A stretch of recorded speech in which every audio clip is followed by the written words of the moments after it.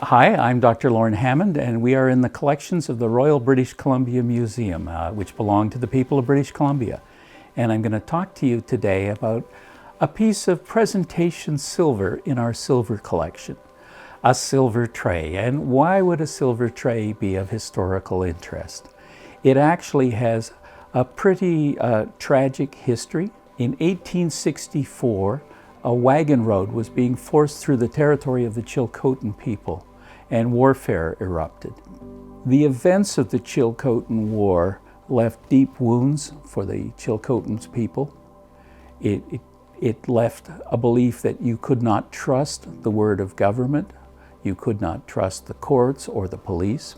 But the suppression was done in typical sort of British colonial methods. And in the final imperial moment, the council and the governor sent to San Francisco for sterling silver presentation tea sets to be presented to the chief of police, to the leaders of the two expeditions, one which went in from Quesnel and one which went up from Butte Inlet.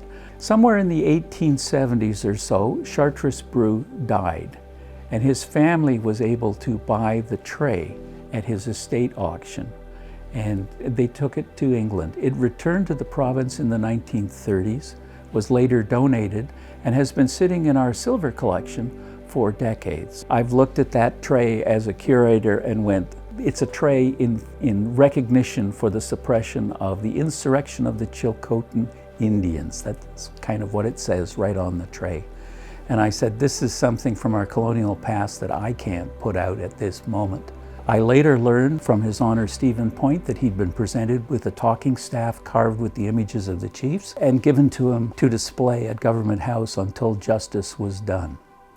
And this led, through court cases and insistent litigation by the Chilcotin people for justice, to a formal apology from the province. And as we were working on an exhibit on the gold rush, I thought, now there's a moment that we can put this tray out and balance it with the staff from the Chilcotin people and tell the story of what happened to them in the gold rush, which has left not only wounds in the community, but has also been a deep part of identity and strength and resistance.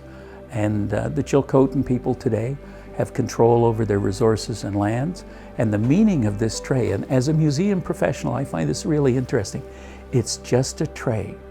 It's a silver tray with some engravings on it, but its historical meaning has completely reversed in our time.